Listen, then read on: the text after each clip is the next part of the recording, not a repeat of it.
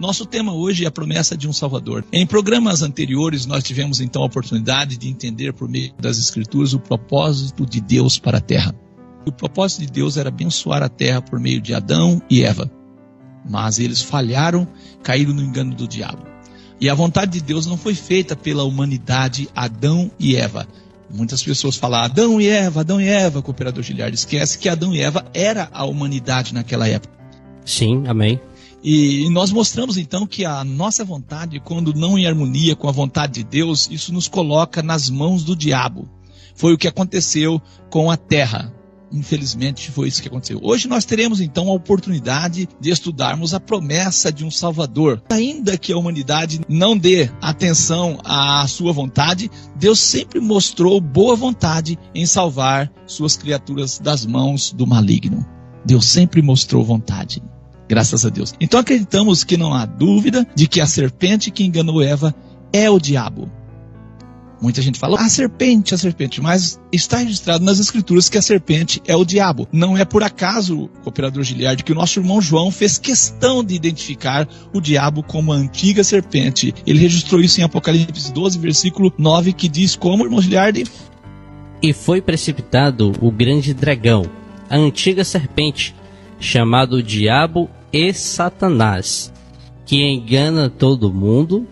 Ele foi precipitado na terra, e os seus anjos foram lançados com ele. As Escrituras chamam ele de Diabo, a antiga serpente. E outro fato que merece a nossa atenção, nosso irmão João diz assim, Satanás que engana todo o mundo. Eu acredito que ele está falando do que ocorreu lá no Éden. Não faz sentido, irmão Giliardi? Sim, irmão, sim. Faz sentido, ministro. Houve um tempo então que o diabo enganou todo mundo. Hoje o diabo não engana todo mundo, mas uma grande maioria no mundo é enganada ainda por Satanás. Tanto é verdade isso, o evangelho que nós conhecemos hoje, pregado pela grande maioria, não é o evangelho que resolve o problema do Éden. É um evangelho que mostra, o cooperador Giliardi, que Deus desistiu da terra e vai levar todo mundo para o céu. Infelizmente esse evangelho não condiz com as Escrituras. É um evangelho todo platônico, infelizmente é isso, né? Vamos ao tema de hoje, a promessa de um Salvador. Gênesis 3:15. E porei inimizade entre ti e a mulher, e entre a tua semente e a sua semente. Esta ferirá a cabeça, e tu lhe ferirás o calcanhar. A gente vê uma inimizade entre as duas sementes, da serpente e da mulher. Né, ministro Lucas? Esse aqui é um diálogo de Deus com Satanás. Após a queda do homem, Deus ele fala bem explicitamente, porém inimizade em ti e a mulher. Entre Satanás e a mulher, entre a tua semente, semente da mulher, e a semente do diabo. Esta, que é a semente da mulher, te ferirá a cabeça. E Satanás feriria a semente da mulher no calcanhar. Então o versículo inicial, tirado do seu contexto, fica sem sentido. Por isso nós convidamos a cada um dos nossos ouvintes a ler o versículo dentro do seu contexto, para termos uma melhor compreensão. Então vamos para Gênesis 3, versículo 1 ao 7, e aí encontraremos um sentido no versículo de Gênesis 3:15. Amém. Amém? Ora, a serpente era mais astuta que todas as animalhas do campo que o Senhor Deus tinha feito. E esta disse à mulher: é assim que Deus disse, não comereis de toda a árvore do jardim? E disse a mulher à serpente: do fruto das árvores do jardim comeremos. A serpente está conversando com a mulher. Mas do fruto da árvore que está no meio do jardim, disse Deus: não comereis dele, nem nele tocareis, para que não morrais. Então nós vemos Eva respondendo para a serpente o que Deus disse. Então o que é que a serpente responde depois que Eva fala? A serpente disse à mulher: certamente não morrereis. Essa aqui é a primeira mentira de Satanás, né, ministro Lucas? Sim, a primeira mentira do diabo. Não morrereis. Negando a morte, né? Verso 5. Porque Deus sabe que no dia em que deles comerdes, se abrirão os vossos olhos e sereis como Deus, sabendo o bem e o mal. E viu a mulher que aquela árvore era boa para se comer e agradável aos olhos, e a árvore desejável para dar entendimento. Tomou do seu fruto e comeu. E deu também a seu marido, e ele comeu com ela. Então foram abertos os olhos de ambos e conheceram que estavam nus. e cozeram folhas de figueira e fizeram para si aventais. Então nós vemos aí o princípio do problema causado pela antiga serpente chamada o diabo, ministro Lucas. Então muita gente não consegue acreditar neste relato. Muita gente não consegue acreditar nesse relato. Porém, toda a Escritura só encontra sentido se acreditarmos que Deus criou o mundo para ser o seu reino. Eva duvidou da palavra de Deus e desobedeceu sua palavra, e por causa da desobediência de Eva e Adão, o inimigo conseguiu trazer a maldição à terra. Se nós não conseguirmos acreditarmos nisso, não fará sentido as Escrituras. Gênesis 3, versículo 7 ao 9, então foram abertos os olhos de ambos e conheceram que estavam nus, e cozeram folhas de figueira e fizeram para si aventais. E aí acontece um fato, irmão Giliardo, interessante. E ouviram a voz de Deus que passeava no jardim pela virada do dia, e esconderam-se Adão e sua mulher da presença do Senhor Deus entre as árvores do jardim. E chamou o Senhor Deus a Adão e disse-lhe: onde estás? Que tristeza, né? Eles ouviram a voz de Deus chamando por eles, como sempre fazia na viração do dia. Mas nesse dia Adão e Eva estavam o quê? Adão e Eva escondidos entre as árvores do jardim. Infelizmente, houve um tempo também que a humanidade correu de Deus. Deus, ele é um Deus de amor, um Deus de misericórdia, está sempre pronto a buscar o homem, a mulher, em qual situação ele se encontra. Isso prova, meu amigo, que Deus não desistiu do ser humano. E olha a resposta de Adão, quando Deus chamou ele: onde estás? Ele disse o que, irmão Giliardi? Ele disse: ouvi a tua voz soar no jardim, e temi, porque estava nu, e escondi-me. Então ele se escondeu da presença de Deus. Aí Deus disse: quem te mostrou que estava nu? Comeste toda a árvore de que te ordenei que não comesse. Então nós vemos aí que o homem se escondeu, temendo, porque tinha pecado diante de Deus, ministro Lucas. Infelizmente, é como diz o profeta Isaías: eis que as mãos do Senhor não estão encolhidas, nem seus ouvidos agravados, para que não ouça, né? Mas os vossos pecados têm feito separação entre mim e vós. Infelizmente. Qual foi a resposta de Adão, então? Quando Deus diz: quem te mostrou que estavas nu? Aí Adão foi e respondeu, colocou a culpa na mulher, né? A mulher que me deste por companheira, ela me deu da árvore e comi. Infelizmente, nós, os seres humanos, sempre vamos, de um jeito ou de outro, acusar Deus. Quem tinha dado a mulher para Adão? Foi o próprio Deus. Então Adão estava dizendo: se não houvesse me dado a mulher, talvez eu não teria sido enganado. Infelizmente, de um jeito ou de outro, é natural do ser humano sempre jogar a culpa em Deus.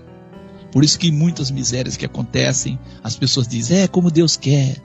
Será que Deus quer, meu amigo? Será que Deus quer que uma criança nasça aleijado? Será que Deus quer que uma pessoa nem enxergue a luz do dia e já morra? Será que Deus quer que pessoas sejam soterradas? Será que Deus quer que terremotos aconteçam? Será que era da vontade de Deus?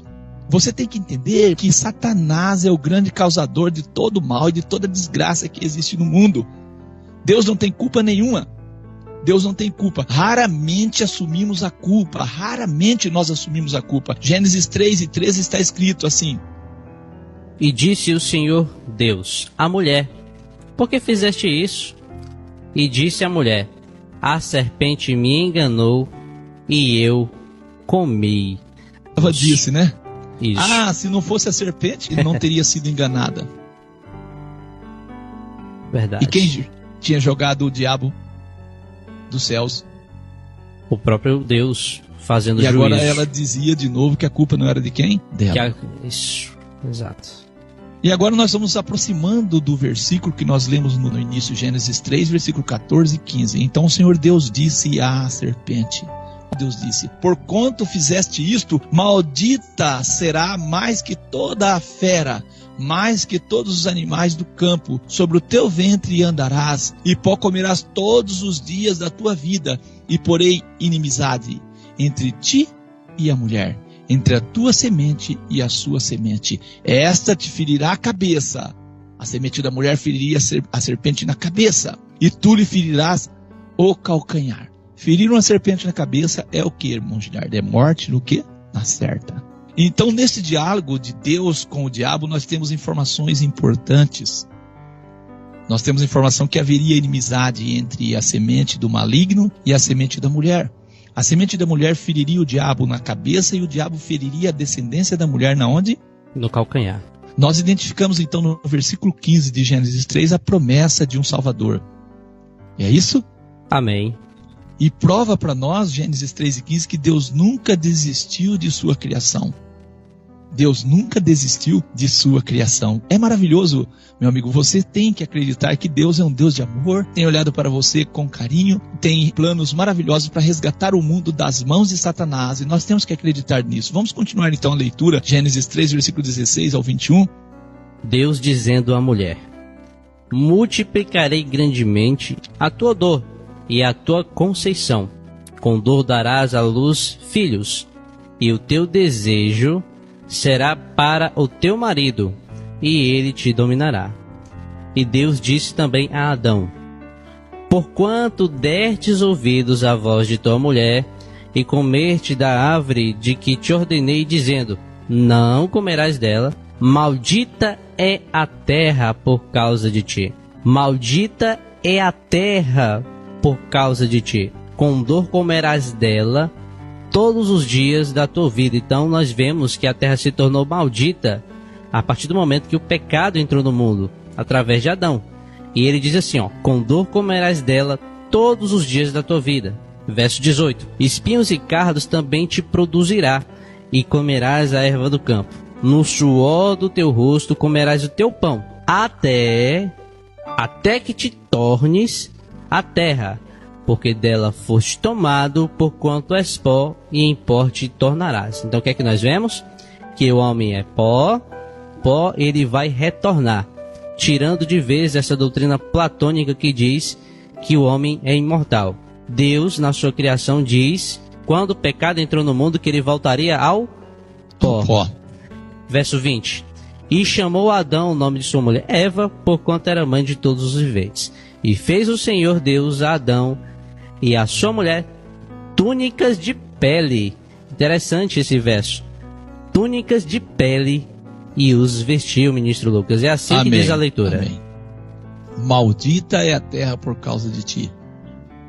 Com dor comerás dela todos os dias da tua vida. Deus falou todos os dias da tua vida. O homem pôs fim à sua vida, que poderia ser eterna. Nós lemos isso aqui com a naturalidade, mas será que Deus falou isso com essa naturalidade que nós estamos falando, ou Deus falou isso com grande sentimento? É comum chorarmos a perda de pessoas que nós amamos. É comum. Eu digo aqui, Deus falou isso com grande sentimento. Quando Deus disse: te tornarás ao pó, Deus falou isso com grande sentimento. Eu creio que nunca houve um luto tão grande como esse de Deus ao olhar o seu projeto desfalecer, ao ver o seu projeto, assim, o projeto maravilhoso que ele tinha feito para a vida de Adão e Eva ser, assim, desmanchado pelo diabo. E é comum acreditarmos que a primeira morte ocorrida na terra foi a de Abel. Porém, essa não é a realidade. A realidade não é essa. Acabamos de ler: fez o Senhor Deus a Adão e a sua mulher túnicas de peles e os vestiu. Cooperador Gilhardo, pele de quê? Pele de quê, né, ministro? João, nosso irmão João, no Apocalipse 13:8, ele registrou. Pele de quê? Apocalipse 13:8. Olha que interessante. E adoraram-na todos os que habitam sobre a terra, esses cujos nomes não estão escritos no livro da vida do Cordeiro. Então faz referência ao Cordeiro, que foi morto desde a fundação do mundo. No livro da vida do Cordeiro, que foi morto desde a fundação do mundo. Eu creio que você que está nos ouvindo entendeu que foi necessário a morte de um cordeiro para cobrir a nudez de Adão e Eva. Adão e Eva estavam escondidos de Deus porque estavam nus. E com a morte do cordeiro e essa pele, essa roupa que eles receberam, que era a pele do cordeiro, eles puderam expor diante de Deus. O ser humano, ele corre de Deus, ele esconde de Deus. E Deus sempre tem projetado meios, Deus dá da justiça dele a nós, por meio do Cordeiro. E nós encontramos esse Cordeiro em todas as Escrituras falando desse Cordeiro. Por isso nosso tema é o Salvador que Deus proveu para o mundo, ministro Lucas. É isso, a promessa de um Salvador, né? Então não há dúvida de que Jesus é o descendente da mulher que esmagará a cabeça do diabo. Quero dizer a você que está nos ouvindo, creia, o Evangelho do Reino é o Evangelho que resolve o problema do Éden. Este é o Evangelho. Satanás fez da terra seu reino e encheu a terra de pecados. Nosso irmão João, o profeta, ou João o Batista, João 1:29, ele identifica Jesus como Cordeiro de Deus que faz o quê? Que tira o pecado do mundo. Este é o Evangelho. Satanás fez da terra seu reino e encheu a terra de pecados. Nosso irmão João, o profeta, ou João o Batista, João 1:29, ele identifica Jesus como Cordeiro de Deus que faz o quê? Que tira o pecado do mundo. Então João, ao ver Jesus às margens do Jordão, no dia seguinte João viu a Jesus que vinha a ele e diz: Eis o Cordeiro de Deus, que tira o pecado do mundo. Amém. Então, desde a queda do homem no Éden, Deus projetou meios para salvar o mundo das mãos do diabo. E a salvação que as Escrituras apresentam não tem relação nenhuma com ir ao céu, como também a perdição apresentada nas Escrituras não tem relação nenhuma com o inferno da mitologia grega. 1 João 3:8 está escrito: quem comete o pecado é do diabo, porque o diabo peca desde o princípio. Para isso, o Filho de Deus se manifestou, para desfazer as obras do diabo. O Filho de Deus se manifestou para desfazer as obras do diabo. Que obras, né, ministro Lucas? Sim, e onde essas obras estão sendo feitas? Não é na terra?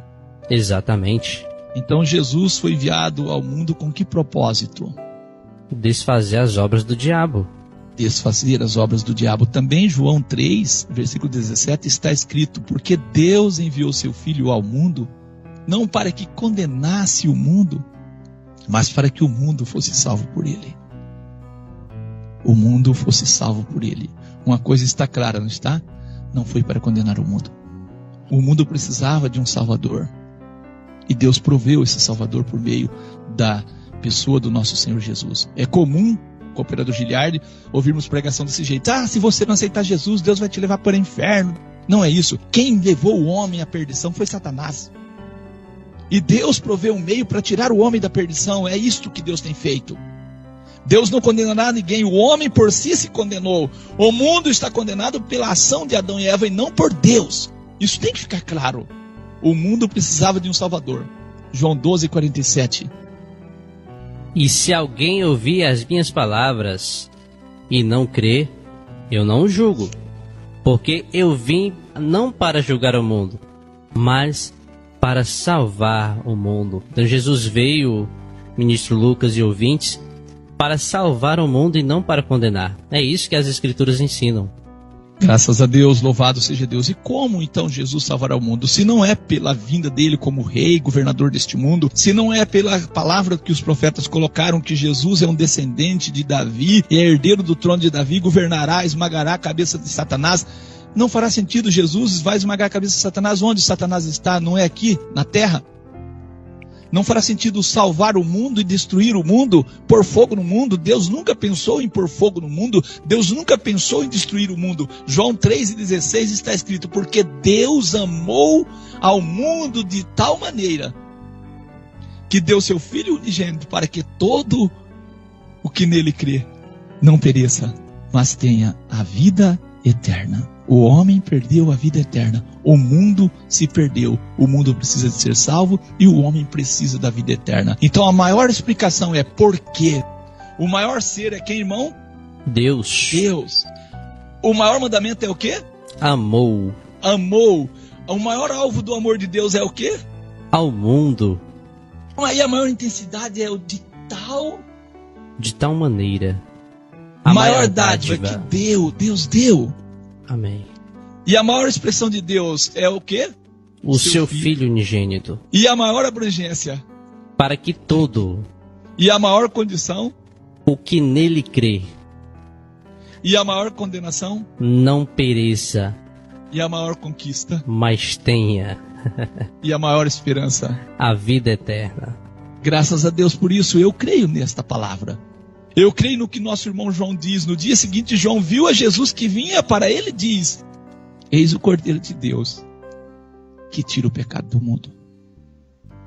Não faz sentido, meu amigo, minha amiga, Jesus tirar o pecado do mundo e depois Deus por fogo ou destruir o mundo.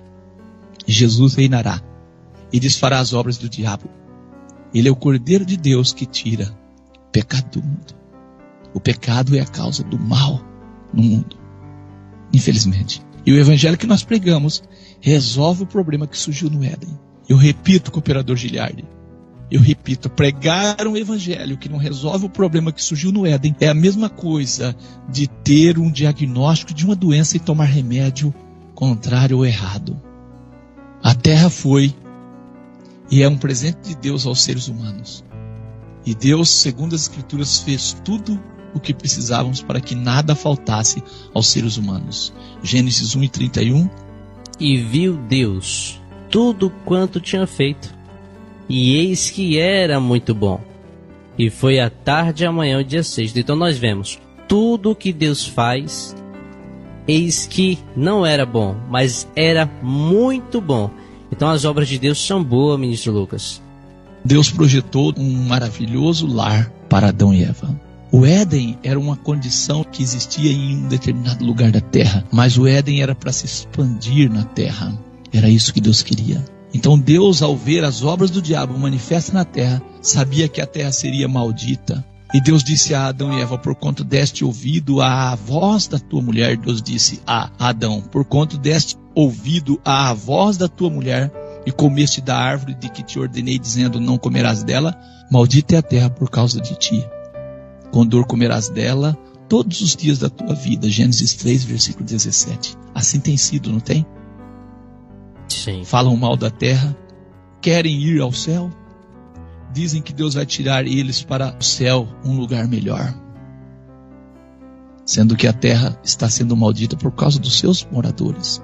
E mesmo as Escrituras afirmando o contrário, eles ainda continuam acreditando que irão, sim, ser levados aos céus.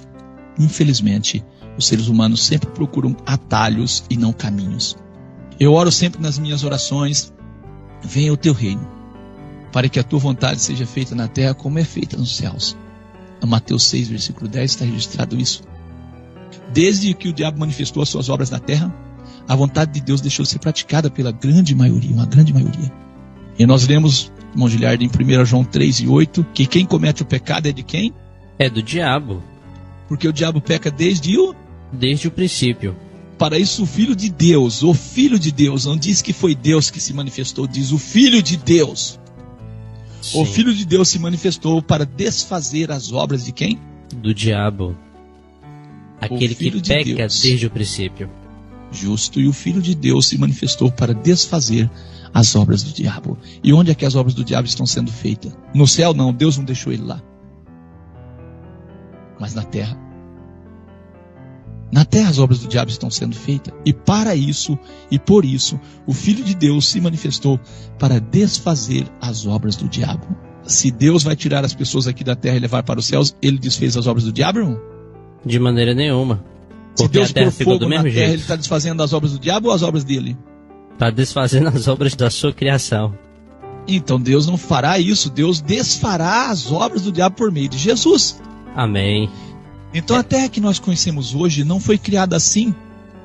Ela sofreu uma mudança por meio das obras de quem? Do diabo. Como? Foi consequências da obra do diabo que a terra está desse jeito. Sim, e nós temos que acreditar nisso. Acreditar nisso é essencial para a compreensão do evangelho que salva o mundo. Crer o contrário, não há como compreender o plano de Deus de salvação do mundo se não compreendermos isso. Então é dar remédio para uma doença que você foi diagnosticado com uma doença e precisa tomar uma medicação, está tomando outra medicação e a doença está evoluindo. E nós acreditamos que Jesus é o descendente da mulher que esmagará a cabeça do diabo. E em toda a Escritura, Jesus é identificado como o Salvador do mundo. Em Lucas 2, dos versos 10 ao 14, E o anjo lhes disse: não temais, porque eis aqui vos trago novas de grande alegria, que será para todo o povo, pois na cidade de Davi vos nasceu hoje o Salvador. Quem é o Salvador? Que é Cristo, o Senhor. E isto vos será por sinal: achareis um menino envolto em panos e deitado numa manjedoura. E no mesmo instante apareceu com um anjo uma multidão dos exércitos celestiais, louvando a Deus e dizendo: glória a Deus nas alturas, paz na terra, boa vontade para com os homens. Então nós vemos que, apesar de todo o comportamento, ministro Lucas, mesmo com todas essas consequências, mas Deus, Ele sempre vai querer salvar a humanidade, e o meio que Ele fez para salvar a humanidade vem da palavra da raiz, o quê? Salvador. Quem é o Salvador? Jesus Cristo, o Senhor. Glória a Deus. Louvado seja Deus por estas palavras. Amém? Amém. Não fiquem assustados, porque eu trago para vocês novas de grande alegria, que será para todo o povo. Pois na cidade de Davi vos nasceu hoje o Salvador, que é Cristo, o Senhor. E vocês encontrarão um sinal assim: achareis um menino envolto em panos e deitado numa manjedoura. E aí no mesmo instante apareceu com os anjos uma multidão dos exércitos celestiais, louvando a Deus e dizendo: glória a Deus nas alturas, paz na terra, que é o que a terra precisa. E falando boa vontade para com os homens. Deus tem boa vontade para com os homens. Deus tem boa vontade para com você, meu amigo. Deus tem boa vontade para comigo. E assim como Deus, ao ver Adão e Eva escondido, teve grande sentimento de tristeza, Deus também, ao olhar para os homens fugindo dele, ao olhar para as pessoas correndo dele, Deus sente grande tristeza, porque Deus proveu meios para que você fosse salvo. Deus proveu meios para que a humanidade fosse salva. E aí diz o texto: paz na terra, boa vontade para com os homens. Cooperador Giliardi, é comum nas épocas do Natal pagão, infelizmente, que as pessoas leem esse texto totalmente diferente. Elas dizem assim: paz na terra aos homens de boa vontade. Lembra? Glória a Deus nas alturas, paz na terra aos homens de boa vontade. Não é assim que eles falam? Sim, não faz sentido com o contexto. Qual é a boa vontade do homem? A vontade do homem é esconder de Deus. A vontade do homem é fazer a sua vontade própria. O texto diz não a vontade do homem, mas a boa vontade de Deus para com os homens. Ao enviar Jesus, o Cristo, Deus teve boa vontade para com os homens. Esta palavra, irmão Giliardi, Cristo, é pouco entendida pelas pessoas. Cristo quer dizer ungido. E sabe por quê, cooperador Giliardi, que muitas vezes as pessoas não querem acreditar que na palavra Cristo, na sua etimologia, que é ungido? Porque eles acreditam que Jesus é Deus. E uma vez que Jesus é Deus, ele não pode ser ungido, pode? De maneira nenhuma. A unção é feita filho, por pode, alguém superior. Sim. Como eu ia explicando, né, ministro Lucas? Sim. A unção é feita por alguém superior. Justo. E aí a doutrina da Trindade fica sem sentido para eles. Não quero entrar nesse mérito, mas a doutrina da Trindade é uma doutrina estranha também. É uma doutrina baseada na filosofia grego-romana. Infelizmente, mas o evangelho pregado pela grande maioria é um evangelho que não salva, um evangelho, me perdoe eu ser franco e sincero, mas é um evangelho platônico, um evangelho que não resolve o problema do Éden. Glória a Deus nas alturas, paz na terra, boa vontade para com os homens. Deus quer que os homens também manifestem o desejo de ser salvos. Que Deus te abençoe, meu amigo, minha amiga, que Deus te abençoe você que está sempre nos acompanhando pelos nossos aplicativos, que você possa crer no evangelho que salva, no evangelho que anuncia Jesus como Salvador, que você possa crer num Deus que ama você, num Deus que amou o mundo e deseja restaurar o mundo, deseja tomar o mundo das mãos de Satanás. Que Deus dê graça a você e dê força para que você consiga crer no evangelho que salva. Graças a Deus. Que Deus abençoe em nome de Jesus. Louvado seja Deus. Nesse instante, vamos orar para que Deus possa guardar essa palavra em nosso coração e para que possa também ser ouvida por mais pessoas em nome do Senhor Jesus, e abençoe essa semana que nós estamos adentrando.